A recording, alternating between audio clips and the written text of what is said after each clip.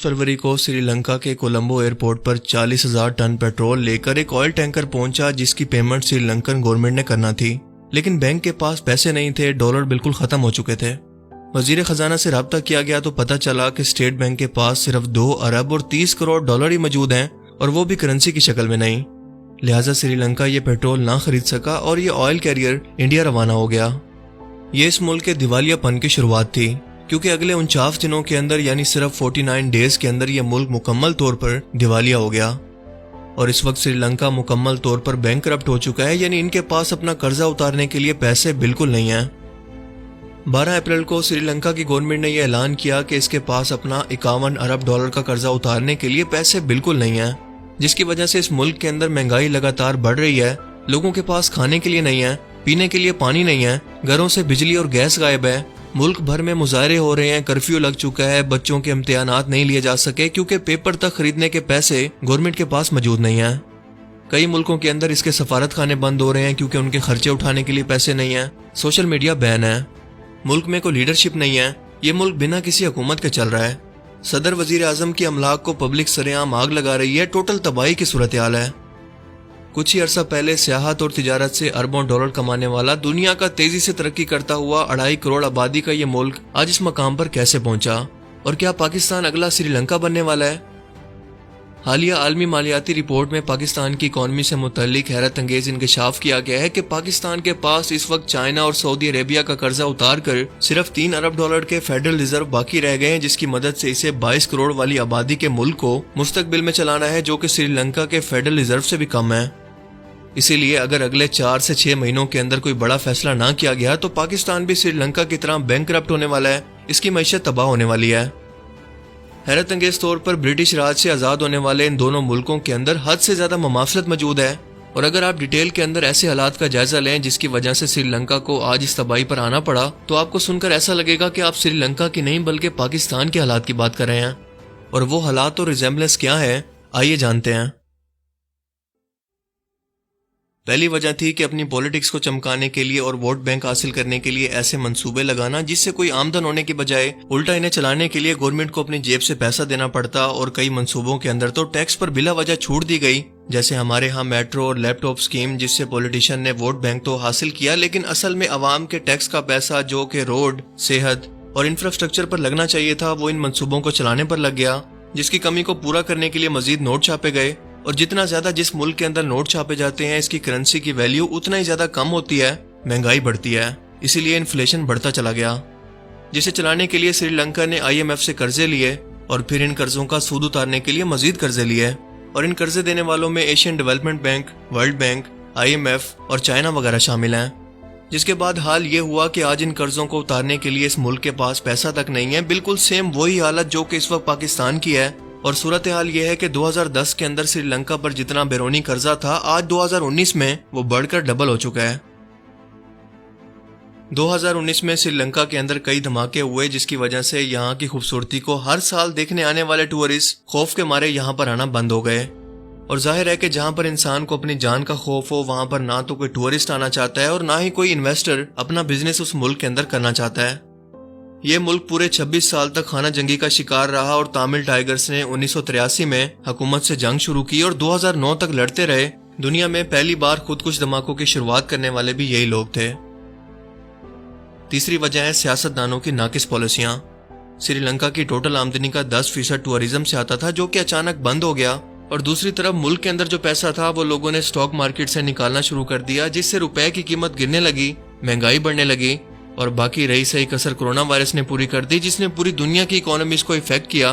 दुनिया भर में फ्लाइट्स बंद थी तो कोई भी श्रीलंका में घूमने के लिए नहीं आया। हालांकि यहाँ के लोग बहुत ही मेहमान नवाज हैं, बेहद खूबसूरत बीचेस और समंदर मौजूद हैं, कुदरती हुस्न मौजूद है। लेकिन इन तमाम पाबंदियों की वजह से श्रीलंका की इकोनॉमी को अच्छा खासा धचका लगा। पाकिस्तान के साथ भी सेम ऐसा ही हुआ। दहशतगर्दी की वजह से जो बिजनेसमैन तबका था वो बाहर के मुल्कों में शिफ्ट हो गया। हालात इनस्टेबल होने की वजह से बाहर के इन्वेस्टर्स ने पाकिस्तान के अंदर पैसा इन्वेस्ट नहीं किया, जिससे पाकिस्तानी रुपए की कदर गिरती गई। और थोड़ा बहुत जो सियाहत थी वो भी खौफ और फिर कोरोना वायरस की वजह से मुकम्मल तौर पर बंद हो गई। श्रीलंका के सदर की नाकिस एग्रीकल्चर पॉलिसीज की वजह से वो श्रीलंका जिसका चावल और चाय दुनिया भर के अंदर एक्सपोर्ट होती थी, اس کی پروڈکشن ہر سال انتہائی کم ہوتی گئی، جس کا نتیجہ یہ نکلا کہ چاول کو انہیں $1 ارب خرچ کر کے باہر سے منگوانا پڑا، وہی چاول جسے بیچ کر وہ باہر کا پیسہ اپنے ملک کے اندر لایا کرتے تھے۔ بالکل پاکستان کی طرح، جو کہ 60% ایگریکلچر رکھنے کے باوجود آج اپنی ناقص پالیسیز کی وجہ سے رشیا اور دوسرے ملکوں سے کبھی گندم، کبھی چینی اور کبھی چاول منگوا رہا ہے، اور وہ بھی بہت ہی مہنگی قیمت پر۔ سوچ کر دیکھیں کہ 4 موسم اور زرخیز زمین رکھنے والا ملک پاکستان ایک ایسے ملک رشیا سے گندم خرید رہا ہے جہاں پر برف کے سوا کچھ بھی نہیں ہے، کتنے شرم کا مقام ہے۔ اور یہی وجہ ہے کہ امریکہ کی طرف سے لگائی گئی پابندی کے باوجود رشیا نے اپنا آئل، گیس، اسلحہ اور گندم وغیرہ جیسی ایگریکلچر کو بیچ کر اپنی اکانومی کو تباہ ہونے سے بچا لیا۔ لیکن آج اگر پاکستان کی ایکسپورٹس بند ہو جائیں تو پورے ملک کا بٹھا بیٹھ جائے گا، کیونکہ پلاسٹک کی چیزیں تک تو چائنا سے امپورٹ ہو رہی ہیں، جو کہ اکانومی اور کرنسی کی ویلیو کو تباہ کرتی ہیں اور کر رہی ہیں، کیونکہ اس کی وجہ سے آپ کے ملک کا زیادہ تر پیسہ باہر ملک جاتا ہے اور باہر کا پیسہ آپ کے ملک کے اندر بہت کم آتا ہے، جس کی وجہ سے آپ کی کرنسی کی ویلیو گرتی ہے، جیسا کہ مسلسل پاکستانی روپے کی گر رہی ہے۔ اور بالکل یہی ناقص پالیسیاں سری لنکا کی اکانومی کو تباہ کرنے کی وجہ بنی۔ سری لنکا میں بھی پاکستان کی طرح لوگ پڑھے لکھے ہیں، ان کے پاس ڈگریز ہیں، مگر کوئی کام نہیں ہے۔ یہ ینگ لوگ کام کرنا بھی چاہتے ہیں، لیکن کوئی حکومتی پالیسی نہ ہونے کی وجہ سے بے روزگار ہیں، جو کہ ملک کو کچھ کما کر نہیں دے رہے، بالکل پاکستان کی طرح۔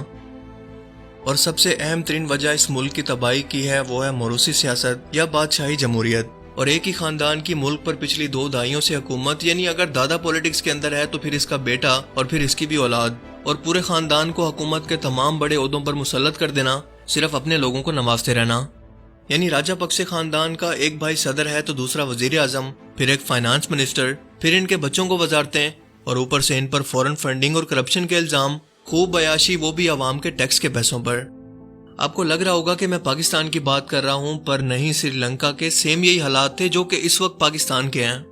عوام ان کی قیمتی گاڑیوں، جائیدادوں اور عمارتوں کو، جو کہ عوام کے پیسے سے بنی تھی، آگ لگا رہی ہیں، مگر اب اس احتجاج کا کوئی فائدہ نہیں، کیونکہ جس وقت اس احتجاج کا فائدہ ہونا چاہیے تھا اور عوام کے نکلنے کا رد عمل ہونا چاہیے تھا، اس وقت تو یہ عوام خاموشی سے تماشا دیکھتی رہی۔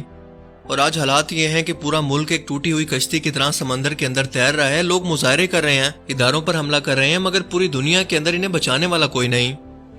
ان سب کرپٹ سیاستدانوں کے پیسے تو باہر ملکوں کے اندر سوئس بینک کے اندر پڑے ہیں، جائیدادیں باہر ہیں، اسی لیے تو وہ ہیلی کاپٹر کے اندر بیٹھ کر آرام سے نکل گئے ہیں سری لنکا کو اس ملک کے لوگوں کے رحم و کرم پر چھوڑ کر۔ اس ملک کے بجلی کے پاور پلانٹس، جو کہ ڈیزل، آئل اور کوئلے پر چلتے ہیں، انہیں خریدنے کے لیے پیسے نہیں ہیں، اسی لیے 8 گھنٹے تک اس ملک کے اندر آج لائٹ نہیں ہے، ٹرانسپورٹ بند ہو چکی ہے، ریل سروس بھی بند ہے۔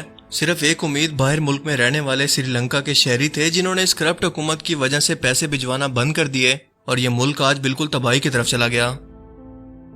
سری لنکا کے حالات ہمارے لیے ایک مثال ہیں اور ہمارے سیکھنے کے لیے بہت ہی ضروری ہے کہ اگر آج ہم لوگوں نے یہی حرکتیں جاری رکھی تو یاد رکھیں کہ جس خدا نے 2.5 کروڑ کی آبادی کی مدد نہیں کی، وہ 22 کروڑ عوام کی بھی مدد نہیں کرے گا، کیونکہ ہم لوگوں نے اپنے حالات کو بدلنے کی خود سے کوشش ہی نہیں کی۔ آج ہم لوگ سری لنکا سے صرف 5 مہینے پیچھے ہیں اور ان قریب دیوالیاں ہونے والے ہیں۔ اگر خدا نہ خواستہ ایسا ہوتا ہے تو اس کے بدلے کے اندر ہمیں گوادر اور اپنا ایٹمی پروگرام گروی رکھ کر یا اسے بیچ کر قرض ادا کرنا پڑے گا، اور اس کے بعد آپ جانتے ہیں کہ انڈیا اس کو موقع غنیمت جانتے ہوئے سب سے پہلے پاکستان پر حملہ کرے گا، جس کے بعد امریکہ اور اسرائیل کی باری ہوگی۔ لہٰذا آج بھی سمجھ جائیں اور اپنے ووٹ کی طاقت کو پہچانیں، اور ایسے کرپٹ سیاستدانوں سے جان چھڑوائیں جن کی جائیدادیں باہر ہوں، اولادیں باہر، علاج باہر، عیدیں، شادیاں باہر، سارا پیسہ ملک سے باہر، مگر صرف سیاست کرنے کے لیے اور لوٹنے کے لیے وہ اس ملک میں واپس آتے ہیں۔ یاد رکھیں کہ اللہ تعالیٰ کبھی بھی اس ملک کی حالت نہیں بدلتا جس قوم کو خود سے اپنی حالت کے بدلنے کا احساس نہ ہو اور وہ اس کے لیے کوئی کوشش بھی نہ کرے۔ اسی لیے وقت ہے ہجوم سے ہٹ کر ایک قوم بننے کا، ورنہ سری لنکا بننے میں زیادہ دیر نہیں لگتی۔ مجھے امید ہے کہ آج کی اس ویڈیو سے آپ کو بہت کچھ نیا جاننے کو ملا ہوگا اور یہ ویڈیو آپ کو پسند آیا ہوگا۔ اگر یہ ویڈیو آپ کو اچھا لگا تو اسے لائک کیجئے، اور اب میں ملوں گا آپ سے ایک ایسی نئی انٹرسٹنگ ویڈیو میں۔ تب تک کے لیے اپنا بہت سا خیال رکھیے گا۔ Thanks for watching this video. اللہ حافظ۔